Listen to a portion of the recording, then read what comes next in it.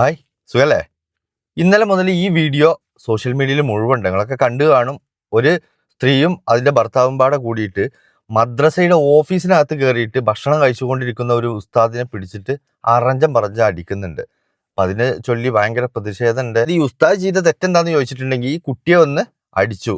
അപ്പം അടിച്ചത് ആ മാതാപിതാക്കൾക്ക് സഹിച്ചില്ല. അതിൻ്റെ പേരിൽ വന്നിട്ടാണ് പിന്നെ ഈ ഉസ്താദിനെ തല്ലി എന്നാണ് പറയുന്നത്. ഇതിൽ മനസ്സിലാക്കേണ്ട ഒരു കാര്യം എന്താ അറിയോ? ഇപ്പോൾ ഒരുപാട് ആളുകൾ ഉസ്താദന്മാരുടെ ഭാഗത്തുണ്ട്, ചില ആളുകളെങ്കിലും ഈ രക്ഷിതാക്കളുടെ ഭാഗത്തുണ്ട്. അതായത് പണ്ട് കാലത്ത്, അതായത് എൻ്റെയൊക്കെ കുട്ടിക്കാലത്ത്, എൻ്റെയൊക്കെ ചെറുപ്പത്തിലൊക്കെ മദ്രസിന്ന് തല്ലിയേ, അതല്ലെന്നുണ്ടെങ്കിൽ മദ്രസിന്ന് വല്ല ചീത്ത പറയുക, ഉസ്താദന്മാർ എന്തെങ്കിലും പറയുക ചെയ്താൽ അത് വീട്ടുകാർ പോലും അറിയൂല. കാരണം എന്താ, നമ്മളത് ഹൈഡ് ചെയ്ത് വെക്കും. അതൊക്കെ തരണം ചെയ്ത് പോകാം. നമ്മൾ വീട്ടിൽ നിന്നേ പഠിച്ചു വന്നിട്ടുണ്ടാവും. ഈ കുഞ്ഞുങ്ങൾക്കും തന്നെ വീട് വിട്ട് പുറത്തിറങ്ങിയിട്ട് ആരെങ്കിലും എന്തെങ്കിലും കുറച്ച് ഗൗരവത്തോടെ ദേഷ്യത്തോടെ ഒന്ന് പെരുമാറുകയോ സംസാരിക്കുകയോ ചെയ്താൽ ആ കുട്ടികൾക്ക് അതിനോട് പൊരുത്തപ്പെടാനോ അതിനോട് എന്താ പറയുക സഹകരിച്ച് പോകാനോ കഴിയൂല. പെട്ടെന്ന് അവർക്ക് സങ്കടം വരും, അതല്ലെങ്കിൽ പെട്ടെന്ന് അവർ റിയാക്ട് ചെയ്യും. അങ്ങനത്തെ ഒരു തലമുറയിലാണ് ഇപ്പോഴത്തെ കുട്ടികൾ ജീവിക്കുന്നത്. നമ്മളെ പണ്ട് ഉസ്താദന്മാർ അങ്ങനെ ചൂരൽ കൊണ്ട് തല്ലിന്നു ഇതാക്കി എന്നൊക്കെ പറയുമ്പോൾ ഈ കുട്ടികൾ വീട്ടിൽ ജീവിക്കുന്ന രീതി എങ്ങനെയെന്നും കൂടി നമ്മൾ ഒന്ന് മാക്സിമം അറിയാൻ ശ്രമിക്കുക. ചിലപ്പോൾ അത്രയും കൊഞ്ചിച്ച് വളർത്തിയ മക്കളായിരിക്കും. ആ കുട്ടി പെട്ടെന്ന് വീട്ടിലേക്ക് കരഞ്ഞു ചെന്ന് ഉസ്താദ് തല്ലി എന്ന് പറയുമ്പോൾ ആ വീട്ടുകാർ ഒറ്റ ചിന്തയിലും ഒറ്റ തീരുമാനത്തിലും എടുത്തു ചാടി കാണിച്ചു കൂട്ടിയതായിരിക്കും. അപ്പം ഇതിൽ കുറേ ആളുകൾ പറയുന്നൊരു വാക്കാട്ടോ, എന്ത് മൗലവിമാർക്ക് തല്ലാൻ പറ്റില്ല, മൗലവിമാർ ഉസ്താദുമാർ എന്തെങ്കിലും പറഞ്ഞു കഴിഞ്ഞാൽ അതിനൊക്കെ ഇത്തരത്തിലുള്ള പെരുമാറ്റം.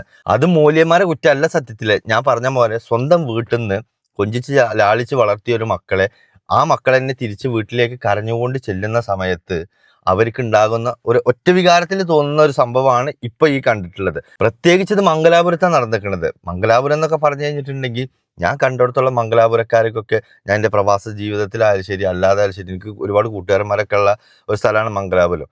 എല്ലാം ഓരോ ദീനി ചിട്ടയിലൂടെ വളരുന്നതാണ്. അതായത് അവരൊക്കെ നമ്മളെ നിന്ന് വ്യത്യസ്തമായിട്ടുള്ളൊരു പെരുമാറ്റം. അവർ എപ്പോഴും കറക്റ്റ് ആയിട്ടുള്ളൊരു സൈലന്റ് ആയിട്ടുള്ളൊരു ലൈഫാണ് ഈ മംഗലാപുരക്കാരെ ഞാൻ കണ്ടത്. അതായത് അത്രയും ഒരു എന്താ പറയുക പടച്ചോനൊക്കെ പേടിച്ച് ജീവിക്കുന്ന ഒരാളായിട്ടുണ്ടോ എനിക്ക് തോന്നിയിട്ടുള്ളത്. അപ്പോൾ ഞാൻ കണ്ടിടത്തോളം അങ്ങനെയാണ്. അപ്പൊ അങ്ങനത്തെ ഒരു നാട്ടിൽ നിന്ന് ഇങ്ങനത്തെ ഒരു സംഭവം ഉണ്ടായി എന്ന് പറഞ്ഞപ്പോൾ അത് വലിയൊരു അത്ഭുതമായി. അപ്പൊ ഇതിന്റെ മെയിൻ കാരണം എന്ന് പറഞ്ഞു കഴിഞ്ഞിട്ടുണ്ടെങ്കിൽ ഇതൊക്കെ തന്നെയാണ്. അപ്പൊ അങ്ങനത്തെ ഒരു നാട്ടിൽ നിന്ന് ഇത്തരത്തിലുള്ള ഒരു സംഭവം ഉണ്ടായി എന്ന് പറഞ്ഞതിന്റെ പേരിലാണ് ഈ വീഡിയോ ഇത്രയും വൈറലായിട്ടുള്ളത്. ഇതിന്റെ സത്യം എന്താ അസത്യം എന്താ എന്നുള്ളത് ആർക്കും ഇതുവരെ വ്യക്തതല്ല.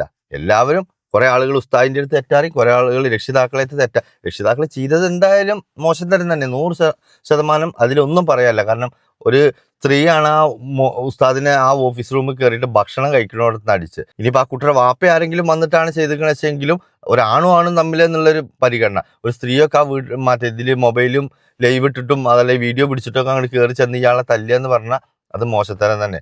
പിന്നെ ഉസ്താദുമാരെ കുറിച്ച് പറയുകയാണെന്നുണ്ടെങ്കിൽ പള്ളിയിലായിക്കോട്ടെ മദ്രസകളിലായിക്കോട്ടെ ഇന്നത്തെ കാലത്ത് ഉസ്താദുമാർക്ക് പ്രത്യേകിച്ച് റോളില്ല. അതായത് എന്താന്ന് ചോദിച്ചിട്ടുണ്ടെങ്കിൽ കമ്മിറ്റിക്കാരെന്ത് പറയുന്നു അല്ലെങ്കിൽ സംഘാടകർ എന്ത് പറയുന്നു അത് അതുപോലെ ചെയ്യുന്ന ഉസ്താദുമാരാണ് ഇപ്പൊ കൂടുതലും കാണുന്നത്.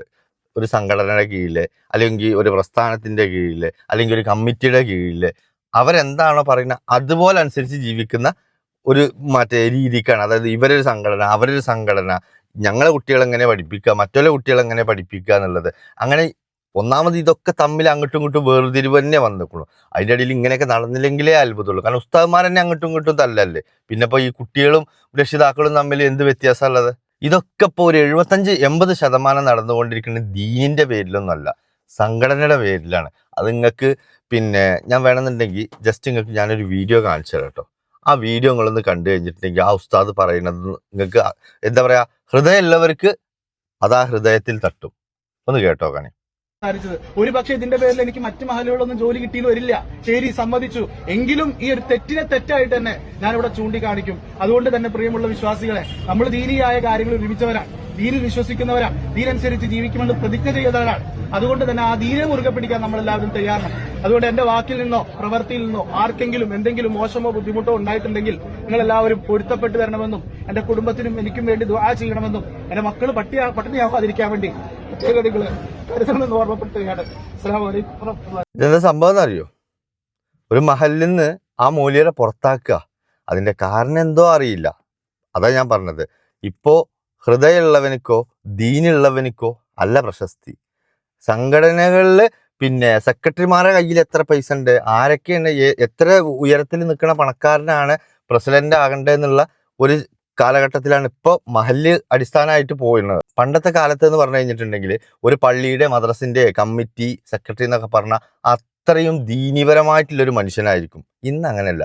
അയാൾക്ക് അത്രയും ബാങ്ക് ബാലൻസ് ഉണ്ടോ എന്നുള്ളതാണ് നോക്കുന്നത്. അങ്ങനത്തെ ആളുകളെ തിരഞ്ഞെടുക്കുന്നത്. അതിപ്പോൾ മതത്തിന്റെ പേരിലായാലും പാർട്ടികളുടെ പേരിലായാലും ഒക്കെ നടന്നുകൊണ്ടിരിക്കുന്നത് ഇപ്പോൾ പണം ആരുടെ കയ്യിലുണ്ടോ ഓനാണ് അതിന്റെ മുന്നിൽ. അപ്പൊ ആ ആളുകൾ തീരുമാനിക്കുന്ന തീരുമാനങ്ങൾക്ക് ഈ ദീനും പിന്നെ നേരും നെറിയുള്ളവർക്കൊന്നും യാതൊരു പ്രശസ്തി ഉണ്ടാവില്ല. അപ്പൊ അത്തരത്തിലുള്ള കമ്മിറ്റി പ്രസിഡന്റും സെക്രട്ടറിയും ഒക്കെ ഉള്ളിടത്ത് ഇത്തരത്തിലുള്ള ഉസ്താദ്മാർക്കൊന്നും പിടിച്ചു നിൽക്കാൻ കഴിയൂല. കാരണം എന്താ അറിയോ, എളുപ്പം അവരൊക്കെ അവിടുന്ന് പറ്റും. കാരണം ഓവർ മര്യാദക്കാരനാ പറഞ്ഞിട്ട്, അല്ലെങ്കിൽ ഓർക്ക് ഉഷാറുണ്ടാവില്ല. ഇതിപ്പോ എന്തെങ്കിലും ആവശ്യത്തിന് മൂപ്പര് വല്ല കാശോ ചില്ലറ ചോദിച്ചിട്ടുണ്ടാവും, അത് സെക്രട്ടറിക്കോ പ്രസിഡന്റിനോ പറ്റിയിട്ടുണ്ടാവില്ല. അപ്പൊ എന്താവും, അയാൾ കായിന്റെ ആളാന്ന് പറഞ്ഞ് ഒഴിവാക്കിയതാക്കാരോ. അയാൾ അത്രയും ഹൃദയം പൊട്ടിയിട്ട് അങ്ങനെ ആ വിങ്ങണമെന്നുണ്ടെങ്കിൽ അതിന് അത്രയും അയാളുടെ മനസ്സിൽ നന്മ ഉള്ളത് കൊണ്ടാണ് അയാൾ പറയുന്നത്. കണ്ടോ, ഇന്നെ ചിലപ്പോൾ ഇനി ഒരു സംഘടന എടുത്തൊന്നും വരില്ല, പക്ഷെ എൻ്റെ മക്കള് പട്ടിണിയാകാതിരിക്കാൻ നിങ്ങൾ ദുആ ചെയ്യണമെന്ന്. സത്യം പറഞ്ഞാൽ എല്ലാ മേഖലകളിലും ഉണ്ട് ഇങ്ങനത്തെ കുറെ പ്രതിസന്ധികൾ. പക്ഷെ ഈ ഉസ്താദുമാരെ അടിയും കൂടി ഇത് വന്നു.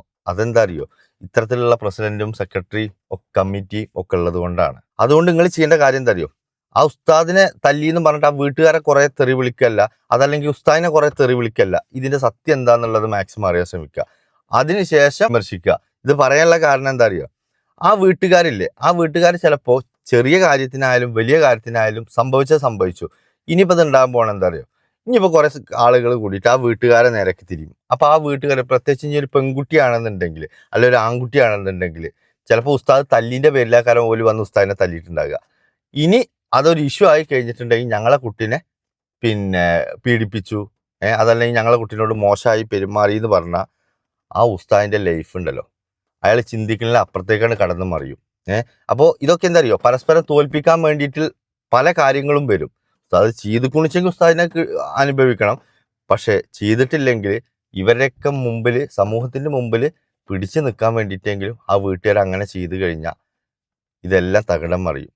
പിന്നെ എന്തിനാ സ്വയം പല്ലി തോണ്ടിയിട്ട് നമ്മൾ തന്നെ നാറ്റിക്കണു, എന്തിനാ അതിന്റെ ആവശ്യം? ഇപ്പൊ ഞാൻ പറഞ്ഞില്ലേ, ഇതൊക്കെ സംഘാടകരുടെയും കീഴിൽ വർക്ക് ചെയ്യുന്ന കാര്യങ്ങളായി മാറിയിട്ടുണ്ട്. അതിലൊന്നും ആരെയും കുറ്റം പറഞ്ഞിട്ട് കാര്യമില്ല. പിന്നെ അവനാൻ്റെ മക്കളെ ഇടയ്ക്കൊക്കെ ഒന്ന് വഴക്ക് പറയാ, ഇടയ്ക്കൊക്കെ ഒന്ന് എന്താ പറയാ, അടി കിട്ടുമോ എന്നുള്ള പേടിയെങ്കിലും വരുത്തി വെക്കുക.